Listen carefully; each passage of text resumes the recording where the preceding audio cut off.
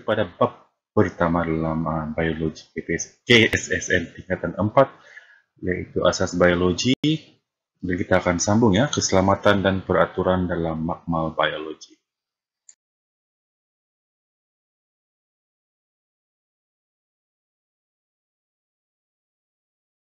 Makmal biologi adalah penting untuk menjalankan pendidikan saintifik. Dalam makmal biologi kita mesti sentiasa mematuhi peraturan dan langkah-langkah keselamatan supaya perkara tidak diingini tidak berlaku ya, contohnya kemalangan dan sebagainya. Oleh itu, terdapat beberapa peralatan perlindungan diri yang perlu kita kenali dan pahami fungsinya. Barang terkena bahan kimia atau bahan-bahan yang berbahaya. Seterusnya, stesen pencuci mata digunakan untuk mencuci mata apabila terkena bahan kimia atau bahan-bahan yang berbahaya ya. Jadi untuk ini terdapat dua pipe yang boleh ditujukan kepada mata untuk mencuci dengan serta merta.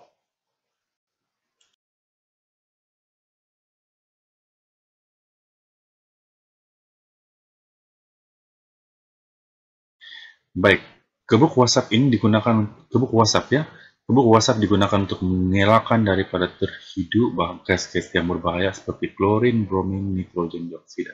Jadi semua eksperimen yang menghasilkan atau menggunakan bahan-bahan yang berbahaya dan mudah meluap seharusnya dilakukan dalam kebuk wasap. Seterusnya, kabinet aliran lamina menyediakan aliran udara yang ditapis di ruang kerja yang bersih di dalam kabinet aliran lamina ya. Jadi tujuannya adalah untuk memastikan udara tidak jatuh ke bawah dan udara sentiasa ditarik ke atas.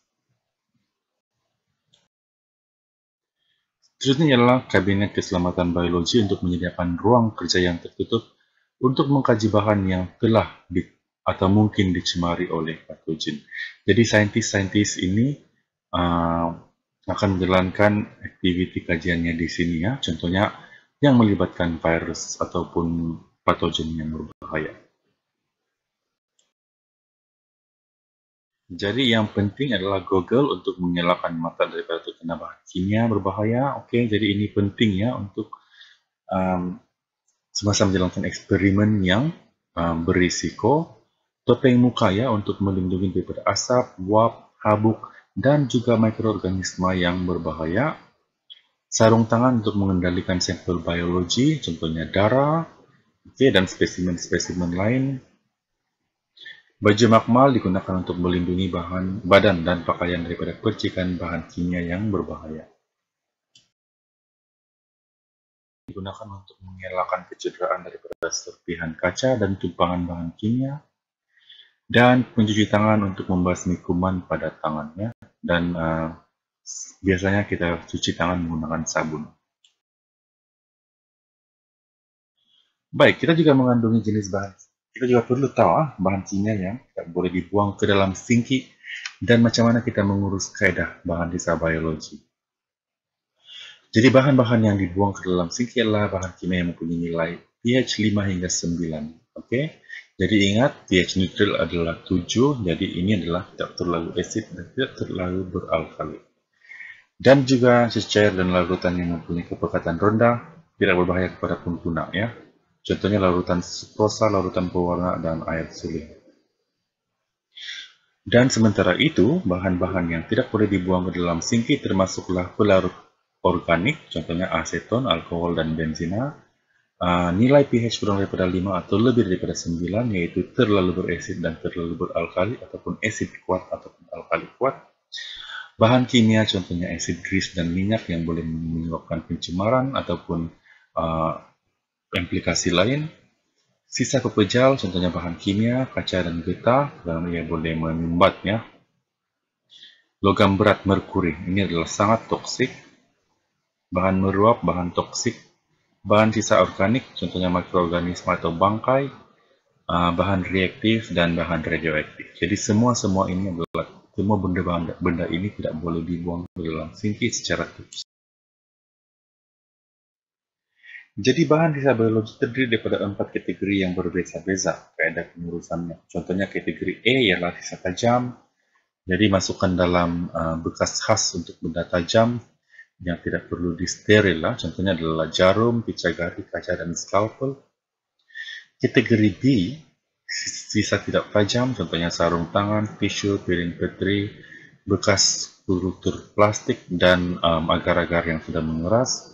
Jadi dibungkus dalam bag plastik berbahaya tahan autoclave, disteril dalam autoclave dan masuk dalam tong bahaya, dan tidak boleh dibuang dalam tong biasa karena mempunyai risiko menjangkiti. Okay. Seterusnya kategori C, bangkai haiwan. Oke, bangkai termasuklah organ, sisa tisu haiwan makmal. Biasanya dibalut dengan bahan penyerap, contohnya kertas tisu atau kertas surat kabar, kemudian dibungkus rapi dalam bag plastik dan kemudian disejuk bekukan karena bahan-bahan ini mempunyai kaedah perebusan yang khas ya. Jadi ini penting apabila semua pelajar sekalian sudah masuk ke alam persekolahan di peringkat university dan di sana Anda akan terdedah ya, dengan kaedah-kaedah seperti ini. Contohnya apabila Anda menjalankan eksperimen tikus, Anda tidak boleh membuang bangkai tikus ataupun hewan lain sesuka hati karena semuanya itu harus dimusnahkan secara saintifik, mungkin dengan cara insinerasi ataupun pembakaran. Seterusnya kategori D ialah cecair atau yaitu kultur kaldu, cell culture, medium cecair seperti darah. Jadi semua cecair mesti dikontaminasikan secara autoclave. Bagi pelajar yang tidak mengetahui fungsi apa itu autoclave, autoclave ini adalah satu mesin ya, seperti oven, tetapi dia mempunyai tekanan yang tinggi dan mempunyai kelembapan juga untuk membunuh bakteria dan juga organisme-organisme lain. Jadi sisa cecair perlu disteril sebelum dilepaskan dengan segera. Yang perlu diambil untuk mencegah kemalangan dalam makmal ya. Jadi tidak dapat dinafikan walaupun begitu berhari-hari, tetapi terdapat juga kemalangan yang berlaku. Contohnya alat-alat ataupun beradas makmal pecah, terjatuh, dan sebagainya. Jadi apa yang harus dilakukan? Apabila berlaku tumpahan bahan kimia, perlu maklumkan kepada guru. Jadi jangan jadikan kawasan tumpahan sebagai kawasan larangan dan jangan dekatnya. Jadi sekat tumpahan bahan kimia daripada merebak dengan menggunakan pasir dan kaut tumpahan bahan kimia dengan menggunakan alat yang sesuai. Jangan menggunakan tangan kosong ya. Jadi buang dengan selamat. Seterusnya langkah-langkah mengurus tumpahan merkuri. Jadikan makluman kepada guru, jadikan kawasan tumpahan sebagai kawasan larangan.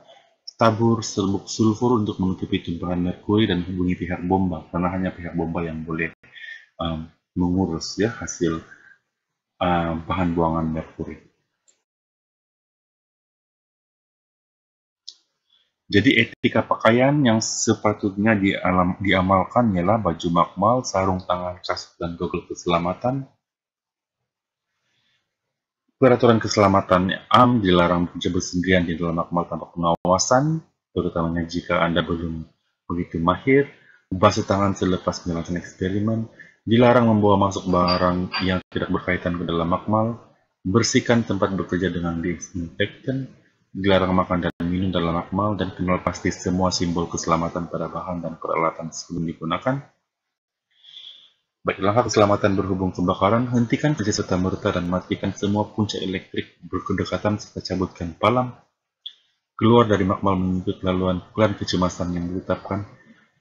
Hubungi pihak bomba. Hubungi pihak bomba ini juga adalah antara yang paling dulu Anda lakukan.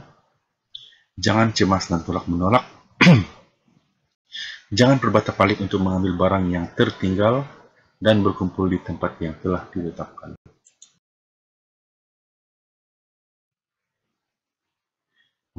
Pengendalian bahan kimia dan kaca perlu laporkan kepada guru dan jauhkan bahan kimia yang mudah terbakar daripada sumber nyalaan api dan dilarang menyentuh, merasa menghidup bahan kimia secara langsung, dan jika tersentuh ataupun terkena bahagian badan cepatlah menyuci dengan air ya. Guna sarung tangan yang sesuai ketika mengendalikan spesimen biologi. Spesimen yang tidak berbahaya dan telah dibedah hendaklah ditanam atau disejuk suhu. Okay. Contohnya pembedahan katak dan sebagainya. Cuci tangan dengan bahan pencuci antiseptik selepas eksperimen, dan semua permukaan haruslah dibersihkan dengan disinfektan, contohnya Dettol ataupun alkohol 70% ke atas. Prosedur kecemasan yang perlu dipatuhi apabila mendapatkan bantuan. Makluman kepada guru, hubungi talian kecemasan, pihak hospital, ambulans dan sebagainya. Pindahkan mangsa dari tempat kejadian, beri rawatan kecemasan, jadikan tempat kemalangan kawasan larangan. Tetapi jika ini melibatkan kemalangan elektrik, Anda harus jauhkan mangsa daripada sumber elektrik dengan menggunakan bahan penebat yang tidak basah. Jadi amalan sikap saintifik dan nilai murni adalah penting semasa menjalankan pernyataan saintifik. Contohnya minat dan sifat ingin tahu tentang alam sekeliling, jujur dan tepat dalam merekod serta mengusahakan data, rajin dan tabah dalam menjalankan satu kajian, bertanggung jawab terhadap keselamatan diri serta terhadap alam sekitar, menghargai dan mengamalkan kehidupan yang bersih dan sehat, menghargai kembangan sains dan teknologi, serta sentiasa berpikiran kritis dan analitis. Jadi terima kasih diucapkan kepada pelajar Celestia Joanis karena telah menyediakan slide ini. Sesi ini bermanfaat untuk Anda. Terima kasih karena share, like, dan subscribe, dan bertemu lagi dalam sesi yang berikutnya. Selamat maju jaya.